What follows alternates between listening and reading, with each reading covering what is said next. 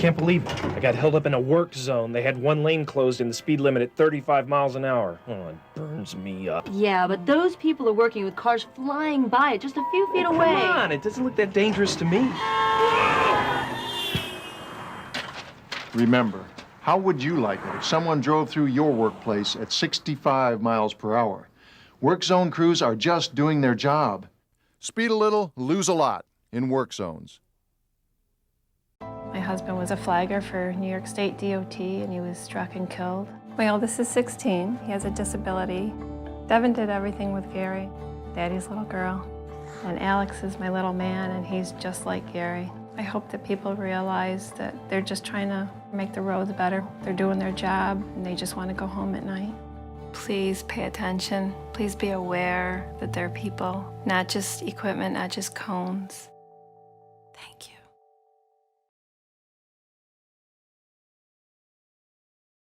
Temporary traffic control. What is temporary traffic control, or TTC? It's an area of a highway where road user conditions are temporarily changed because of a work zone, an incident zone, or a planned special event. A work zone is an area of a highway with construction, maintenance, or utility work activities, typically marked by signs, channeling devices, barriers, pavement marking, and/or work vehicles. What is the primary function of a TTC? It's to move road users through a work zone safely, to provide safe work area for workers, and to protect equipment. These zones are important because it could save lives, it could prevent injury, it should prevent property damage, and it can keep you or your company from being sued. So why do crashes occur in these work zones? Well, conditions are always changing and unexpected by drivers, and there is a higher degree of vulnerability for workers. In Alabama, between 2003 and 2018, there were 38 road worksite fatalities. Nationwide, during that same period, there were 1,970. That included 473 construction laborers, 200 equipment operators, and 163 first-line supervisors. Here is the diagram showing the proper notification for work beyond the shoulder.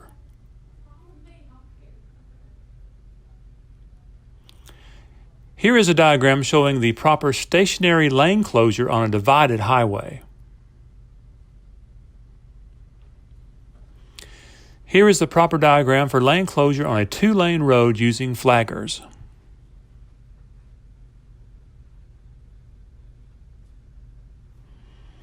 This diagram is for work in the center of a road with low traffic volumes.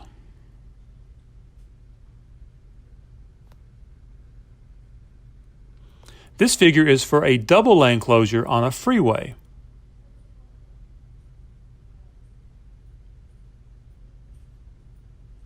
This table shows the emerging taper length, minimum number of devices, device spacing, and required buffers.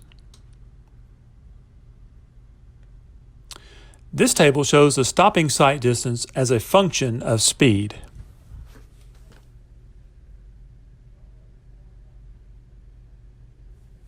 A few side notes. The taper for flagging should be 100 feet. Flagger should be seen from 500 feet. Don't alter the traffic plan. Who's liable if it's altered? You are. Also, no arrow board at flagger, nothing in buffer zone, and if the manual on uniform traffic controls distances says do it, then do it. Remember, that is the minimum.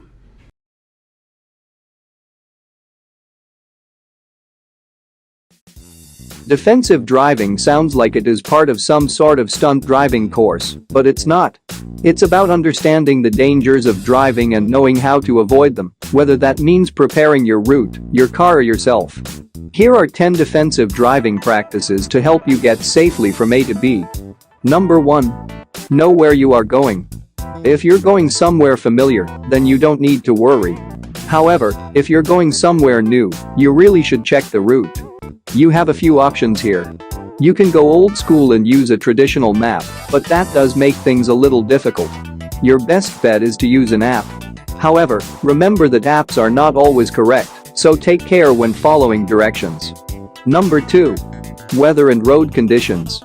You must pay special care if you're driving in poor weather for two reasons. Firstly, the weather can affect your visibility.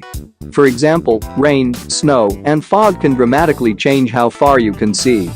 And you also need to think about how the weather has affected the roads physically.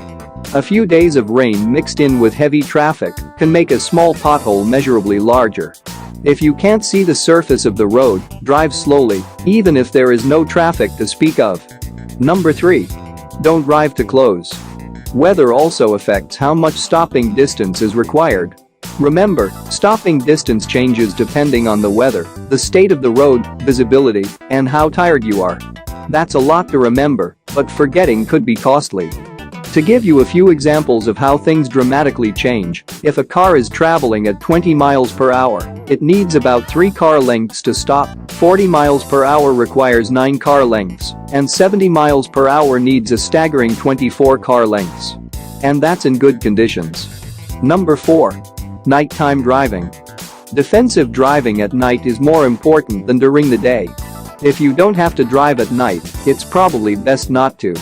However, if you need to drive, prepare yourself and your car. Knowing how to drive at night can save you a lot of trouble in the future. Firstly, make sure the windshield is clean so you can see as much as possible. Secondly, when driving, increase the distance between your car and the car in front. And don't put your lights on high beam or you'll dazzle oncoming drivers.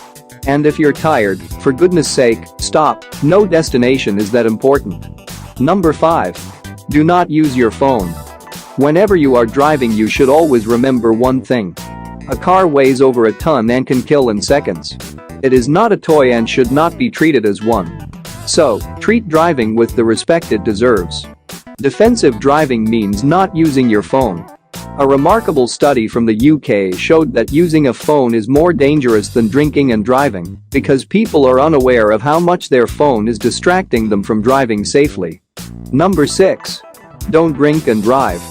I think I should probably mention this one immediately so that you don't get some crazy idea that if using a phone is more dangerous than drinking under the influence, then drinking and driving is safe.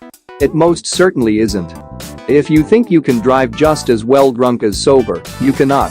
And when you get caught, you will not only lose your license, but you could lose your job. Also, getting a job will be a lot more difficult because drinking under the influence shows future employers that you are really bad at decision making. Number 7. Keep your cool. Defensive driving also means not losing your temper, no matter what happens. When you are driving and you have a near miss, keep things in perspective. After all, a near miss is still a miss. Be thankful that you didn't actually have an accident. Additionally, if you have an accident, especially if it's a minor accident, there is absolutely no need to lose your cool. Get out of your car, make sure everyone is alright, and then exchange insurance details and so on. Behaving well changes a serious incident into an incident. Number 8. Know your blind spots. Your car has many blind spots, but it is quite easy to eliminate most of them. The first thing is to make sure that your mirrors are correctly aligned. Before you start driving, adjust your rearview mirror and side mirrors so you can see in them properly. When you start driving, check your mirrors a second time so that you are sure you are using them at their optimums. However, do not really on them all the time. For example, when you're maneuvering into another lane, you need to look over your shoulder. Your side mirrors will not give you all the information you need. Number 9. Think about other drivers. You may be one of the best drivers in the world, but if the drivers all around you aren't, then you could still be in trouble. Defensive driving means being aware of what everyone else is doing around you, so you can react appropriately. For example, when approaching a junction, if a car is waiting to turn right, don't assume that the driver has seen you. Slow down just in case. And if there's a lot of traffic and you're driving slowly, why not let the driver out? Courteous drivers make roads safer for everyone. Number 10. Keep alert. Driving is a bit like golf. If you feel comfortable swinging a club, you're doing it wrong. In other words, if you're feeling relaxed and safe while you're driving, you're doing it wrong. In this situation, remember what you are in charge of. Don't forget that if your mind wanders, your speed may increase and your stopping times will increase too. The UK government published figures a few years ago that said that a pedestrian hit at 20 miles per hour has a 10% chance of being killed. At 40 miles per hour, that 10% changes to 90%. Keep concentrating, no matter what. And there you have it. Driving requires maturity and responsibility. And defensive driving is all about maintaining your car, thinking about the conditions, driving calmly and sensibly, and reaching your destination in one piece.